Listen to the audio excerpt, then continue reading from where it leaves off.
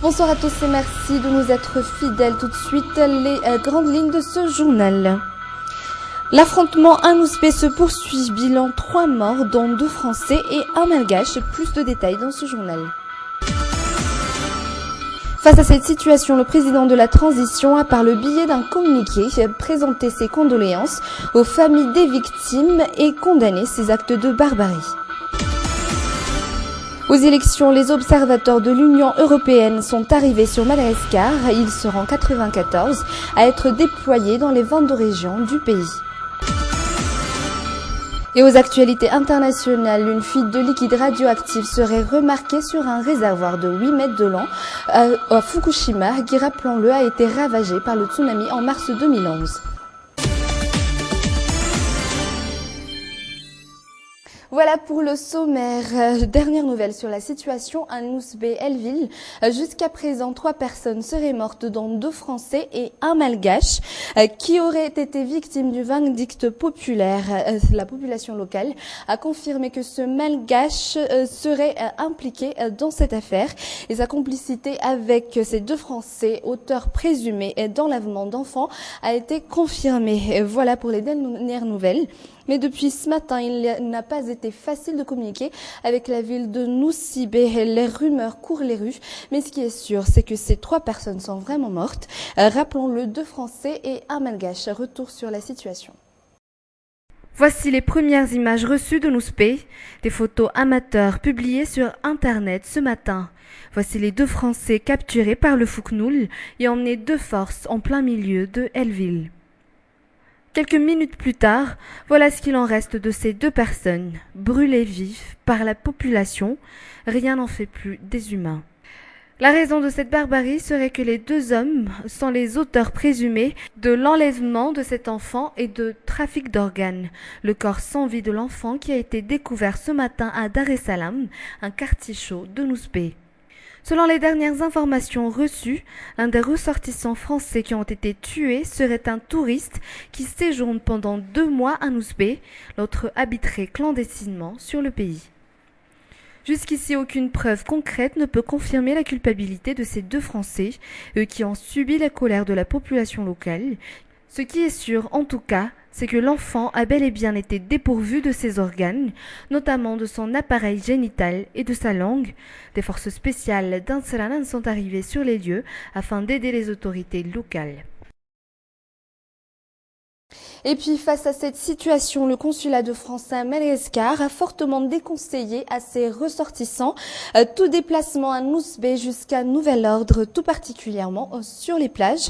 Les touristes qui ont prévu de s'y rendre sont aussi priés par le consulat de France à Madagascar de différer provisoirement leur visite le temps que la situation soit reprise en main par les forces de l'ordre. Sachez qu'aujourd'hui, quelques 700 Français sont recensés à Nouzbé. Et face à ce drame toujours survenu à Nouzbé, le président de la transition vient de présenter ses condoléances aux familles des victimes et toutes les personnes blessées par le biais d'un communiqué. Le président Andraduil condamne par ailleurs, et ce d'une manière ferme et catégorique, l'acte de barbarie qui ont été perpétrés à Nouzbé. Il appelle au calme la population et demande aux forces de l'ordre de rétablir les plus brefs délais l'ordre public et la sécurité. Le président de la transition qui demande aussi l'ouverture d'une enquête judiciaire pour déterminer les responsabilités des personnes impliquées dans ce drame. Voilà pour cette situation à Nouzbé. Passons maintenant aux actualités de l'élection. La délégation des observateurs électoraux des différents États membres de l'Union européenne sont donc arrivés ici à Madagascar. Leur mission a débuté officiellement aujourd'hui à Ankourndjan, où ils seront 94 observateurs à être déployés pour couvrir les 22 régions de Madagascar. C'est un reportage de Saint-Erjaman-Narif sur les images de Yves Janel. Les observateurs de l'Union européenne seront divisés en 2 équipes par région. Ils se focaliseront sur 3 points importants, à savoir le suivi des préparations avant, pendant et après la date des élections. La première équipe, comprenant 44 observateurs, est déjà arrivée sur place le 25 septembre dernier. La deuxième équipe, constituée de 50 observateurs, arrivera bientôt. Aussi un core team, équipe centrale qui qui compte avec une analyste politique, une analyste électorale, une analyste juridique, une analyste des médias et des personnes qui ont été engagées pour le monitoring des médias, pour pouvoir suivre ce que vous allez faire dans les médias. Les observateurs iront jusque dans les régions éloignées et difficiles d'accès afin de rédiger un rapport provisoire détaillé de la tenue et la préparation des élections et remettra ce rapport à l'Union européenne. Publier un rapport préliminaire 48 heures juste après les élections et on fera un rapport plus approfondi sur tout le processus 2 mois après les résultats définitifs des élections seront faits publics. Ils rencontreront les forces vives du pays dans cette mission d'observation. Ils seront également à l'écoute des simples citoyens, des sociétés civiles et des partis politiques et partiront pour les régions le 7 octobre prochain. Les candidats à la présidentielle continuent de sillonner les routes nationales en cette période de campagne électorale, comme le candidat Edgar Razafjava, qui était à Maevatanana hier lors de son passage. Il a émis quelques mots sur la participation de la population dans le domaine de la justice. Quant au candidat du PNJ Mazava, Sylvain Rabetaroun, une manière un peu spéciale de poursuivre sa campagne, il aurait rencontré les personnes atteintes d'handicap. Le docteur Jean-Louis Robinson, lui, continue sa tracée vers Anzuzurbe, à Kazunand, et Ndjiapamak, si Piero Razonarve lui est resté dans la région est de l'île, la région nord de l'île pour Benjamin Radavidson. Sarah Georges Raberso, quant à elle, ne cesse de visiter toutes les parties de la région de Tuamasin, notamment Nousvark, Marlimb, Manour, Anousbianal, Talambon, Manaput et Vatmanj et Brikaville. Et en visitant la région de Sofia, à Ansui, le candidat du Ervovowan Madagaskar et Jason Armapian a porté une attention particulière aux malades admis à l'hôpital d'Ansui lors de sa campagne électorale. Et retour à l'insécurité. La sortie des bourses d'études de 2 mois n'a apaisé en aucune manière la colère des étudiants à Ankatsu. Quelques-uns d'entre eux ont continué leur manifestation dans l'enceinte de l'université, mais quelques temps plus tard, ils se sont calmés. Ils ont par contre continué leur grève en dehors de l'enceinte à l'arrêt de bus, en barrageant les routes menant au marché d'Ankatsu en comparaison avec la situation d'hier qui était assez mouvementée.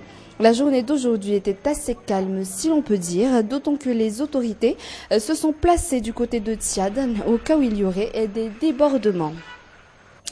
Toujours dans le domaine de l'enseignement, c'est parti pour la nouvelle rentrée scolaire. Les tout-petits reviendront sur les bancs de l'école ce lundi pour les EPP de la capitale. Une situation qui ne les réjouit pas forcément, d'autant que les infrastructures ne sont pas dignes de les accueillir. C'est un reportage de Zola Mialsou sur les images de Nzara Ranjiansu.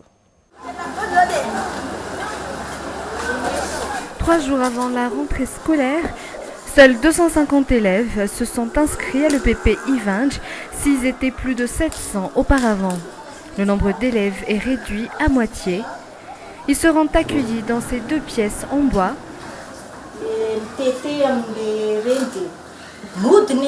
Quand le toit fuit, les élèves rentrent chez eux. On rentre selon l'heure à laquelle il commence à pleuvoir.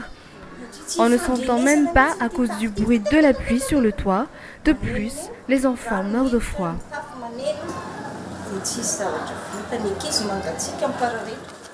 Il y a également cette salle que le lycée leur a offert. La pièce sera séparée à partir d'ici.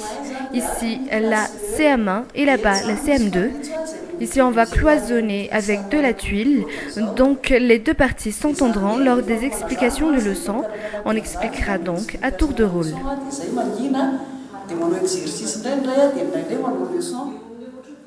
50 enfants par salle, 3 à 4 élèves par banc. En général, l'on peut affirmer que l'infrastructure et la qualité d'enseignement n'est plus digne des élèves, faute de quoi les résultats ne cessent de chuter chaque année.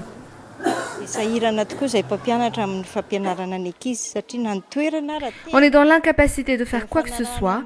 Les salles sont étroites, il est donc difficile de surveiller les élèves.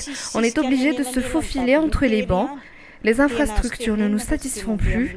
Nous essayons tout de même d'avoir de bons résultats.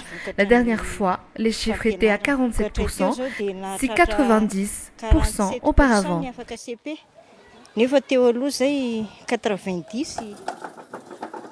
Les élèves qui sont devant le fait accompli n'ont guère le choix. Ceux qui ne peuvent s'inscrire dans les écoles privées subissent ces atrocités dans cette école depuis 4 ans maintenant. Je préfère le bâtiment qui s'est effondré. Il y avait des murs. Ici, c'est fait en bois. Quand il pleut, on marche dans l'eau.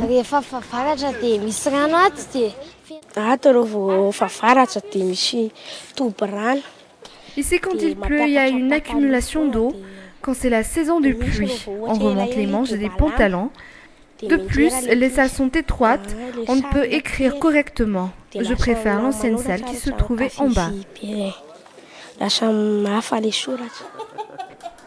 Cette école primaire publique est régie par la commune urbaine d'Antananarive, comme toutes les EPP. D'ailleurs, jusqu'ici, il n'y a aucune sorte de financement venant de cette commune. On craint donc la fermeture de l'école dans quelques années. Un tout autre sujet, à présent un sport divertissant, le Vak Jazz, une sorte de danse sportive dont les chorégraphies ont été créées par la compagnie Tsingyur à l'occasion du show qui vont donner ce samedi au gymnase couvert de Mamasina. Nos journalistes Zora Mianchsu et Nzararan Jiansu ont participé à leur répétition.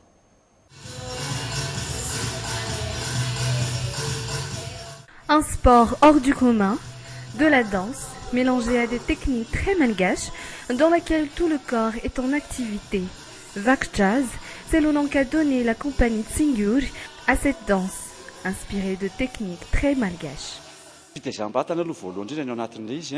C'est avant tout une danse, il y a donc des instructions à suivre afin d'éviter de se blesser au genou, d'avoir mal au dos. Et mis à part les muscles du corps, on entraîne le cœur également avec des pulsations normales et un cœur solide. Le sang coule normalement et c'est le but de...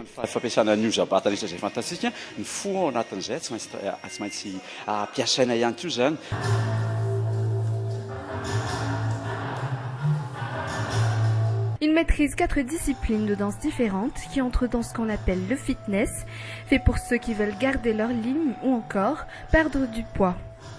Depuis qu'elle est entrée dans la compagnie, il y a 2 ans de cela, Anne a déjà perdu 15 kilos. Et ça me maintient en forme, ça m'a fait beaucoup maigrir, ce dont j'avais énormément besoin. Et puis en plus, l'ambiance est très sympathique. On rit, on se défoule, on se muscle, on se tient en bonne santé. Et voilà.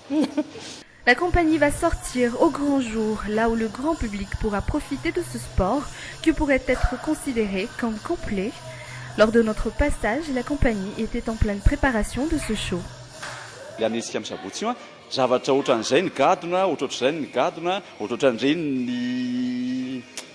Pour ce samedi, on aura le même rythme, la même inspiration dans cette danse de mise en forme, mais en plus simplifiée à la portée de tous. Qui plus est, les chorés ont été structurés justement pour ne blesser personne.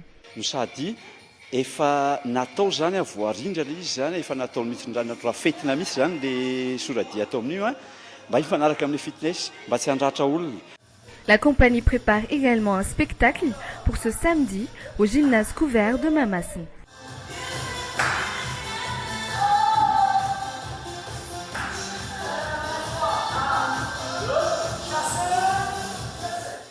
Mécanique, à présent, mis à part la nouveauté, il est important pour les participants au salon de l'auto de jouer sur le design et la puissance des moteurs pour attirer le plus de clientèle. L'on y trouve surtout les nouveautés de 2013 dont jouissent déjà les amateurs de moteurs à Madagascar.